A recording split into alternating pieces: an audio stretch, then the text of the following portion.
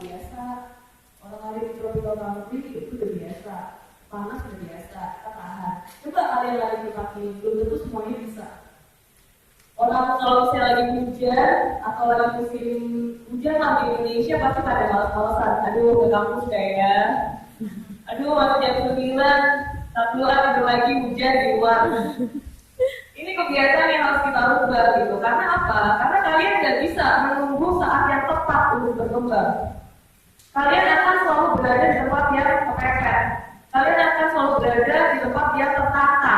Justru itu adalah proses di mana kalian akan berkembang. Pilihannya dua. Kalau kalian santai, ya udah kalian stuck di situ. Yang pilihan kedua, kalian hadapi tantangan itu. Mau hujan, tablas, yang penting aku dapat ilmu di sekolah. Aduh, pengen lari tapi sabunnya tebel, dingin. Bodo amat, yang penting aku bisa lari. Terus melatih diriku. Itu tantangan yang harus kalian pecahkan. Pasti bisa.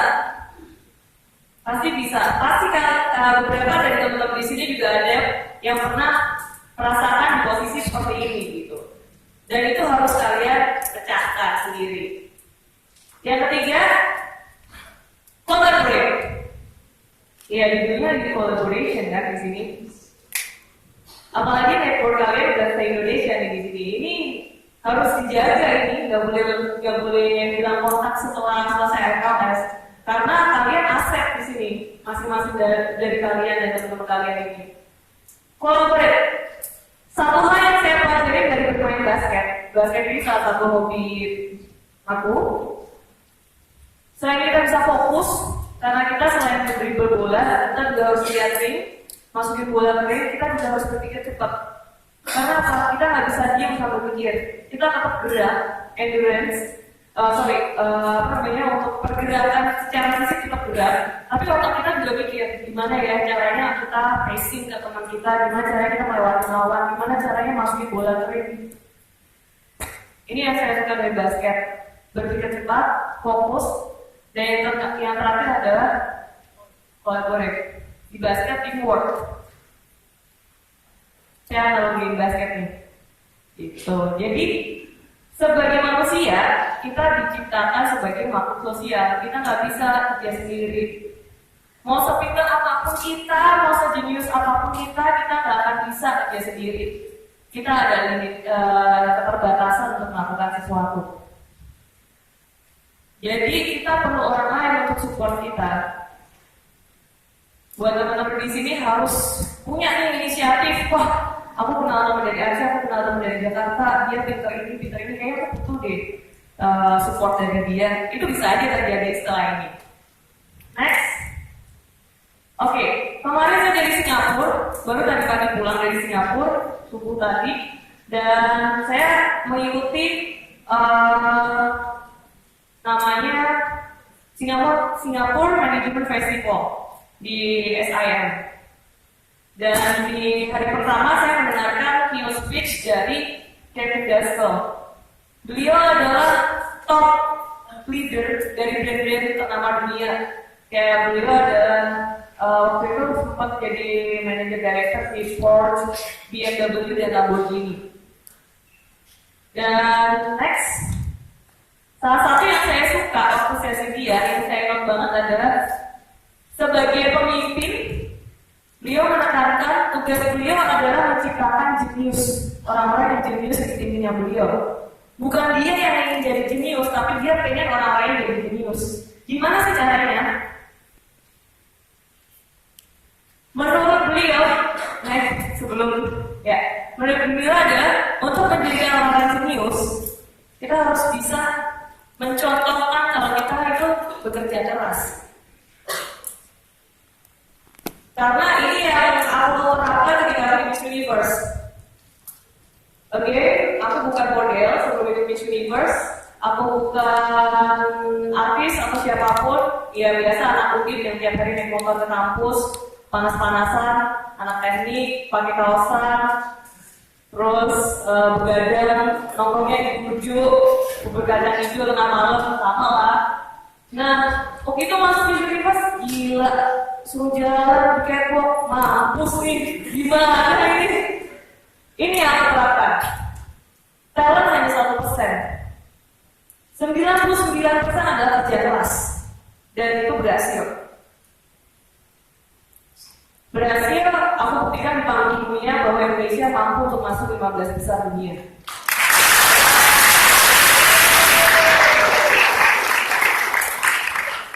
Gak peduli orang mau ngomong apa, yang penting fokus. Banyak cibiran yang datang kepada saya, tapi balik lagi, tekad udah bulat, semangat dan berani. Itu kuncinya. Untuk kalian yang masuk ke sini dan segala macam, jangan peduli sama kemampuan kalian. Tenang aja, kemampuan itu bisa diasah. Talent 1%, 99% kerja keras. Semua itu possible. Next. My personal experience, next. Yang pertama, next lagi, sebelumnya, pertama, youth collaboration yang aku lakuin di ISEC, dan ini impact-nya besar banget. Aku belajar di organisasi 4 tahun, organisasi internasional. Selain belajar kepemimpinan, belajar manajemen, ketemu bersosialisasi dengan orang-orang banyak, ini penting banget untuk kalian gabung organisasi. Dan ini salah satu contoh yang bagus yang udah kalian terapkan, bahwa networking di usia kalian ini sangat bagus banget.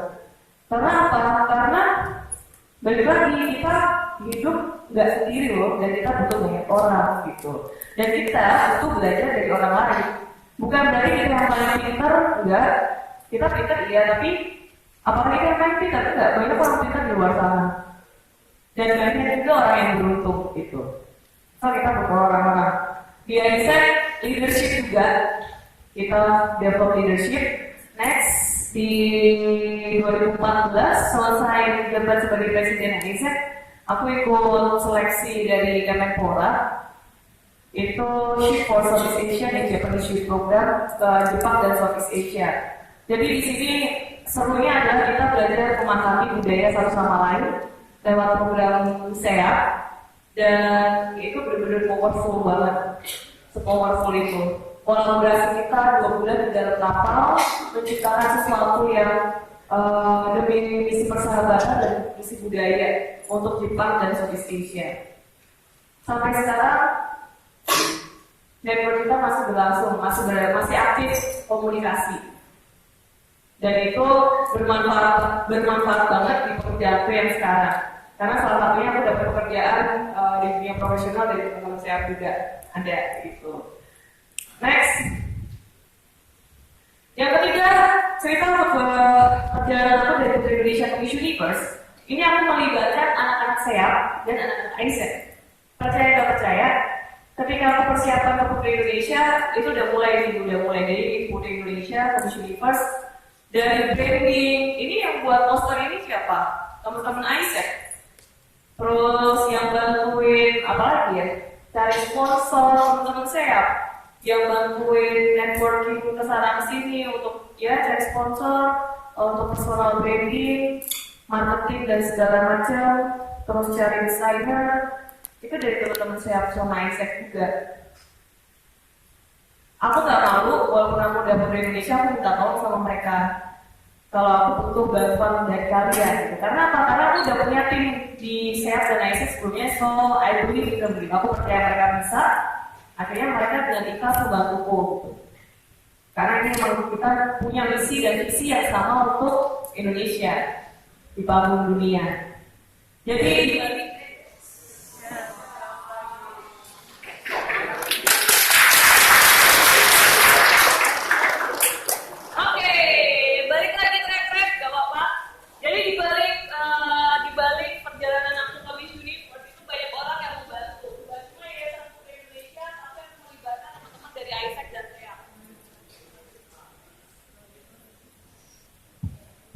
nah itu kerasa banget benefit dari aku menjalin network dengan berbagai macam komunitas dan organisasi. Sampai sekarang itu berasa banget.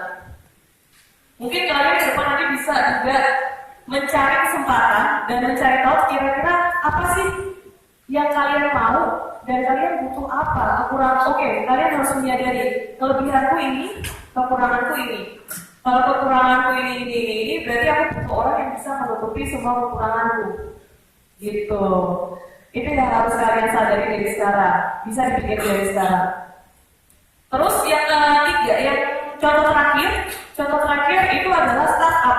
Startup sekarang lagi ini ya di Indonesia ya, apalagi sekarang ada gerakan 1000 startup dari itu inisiatif dari Pak Jokowi. Dan di startup, walaupun aku gak punya startup, aku sangat banyak belajar dari teman-teman aku yang mereka berada mendirikan startup di Semarang dan juga di kota-kota di Indonesia. Jadi kalau pemikiranku selama ini startup tuh aku kira harus anak IT yang hubungan IT gitu. Tapi enggak juga ternyata setelah aku banyak ngobrol dan belajar dari mereka. Bahwa sebenarnya mendirikan sebuah startup itu butuh kolaborasi juga. Dan banyak banget anak muda yang mulai mengimplementasikannya. Yang pertama, harus ada CEO. Pastinya untuk strategi tingginya harus ada nih orangnya siapa. Visinya harus ada. Yang kedua, orang IT pastinya untuk startup. Yang ketiga, marketing. Orang IT suruh marketing nggak akan bisa. Orang IT ya udah IT aja. Makanya kalian butuh orang marketing untuk promotion dan segala macam. Yang keempat, yang terakhir nih, kreatif. Tim kreatif. Entah itu mau desainer, entah itu mau orang digital ini. Pokoknya orang-orang yang kreatif, yang mempunyai ide gila, yang bisa desain. Empat kunci ini lah yang bisa akhirnya membuat saya bisa membangun sebuah startup. Nah, ini yang kalian yang bisa kalian praktekkan di kehidupan sehari-hari. Nggak harus membuat startup, bahkan kalian ingin buat komunitas kecil atau buat sarana untuk belajar bersama atau untuk menggapai visi misi kalian. Temukan orang-orang yang punya visi yang sama dengan kalian, terus gabungin kemampuan kalian, tapi bisa. Dan ini sangat penting banget untuk menghadapi nanti pertamanya banyaknya usia produktif 5 tahun, kira-kira 4 tahun lagi ya. Untuk kalian lebih siap, oke, I'm ready. Siapa aja kompetitornya, saya siap. Gak takut lagi. Karena ingat, kalau kalian dalam sehari, ketika kalian tidur aja itu pasti orang-orang yang di luar sana itu terus berlari ketika kita berjalan. Jadi jangan sampai kita jalan santai ketika orang-orang yang di luar sana pada lari. Karena kita bisa ketinggalan kereta nanti. So, terakhir dari aku, next. Nah ini dia, tadi collaboration di startup. Ada apa? Terakhir dari aku, dream, believe, make it happen.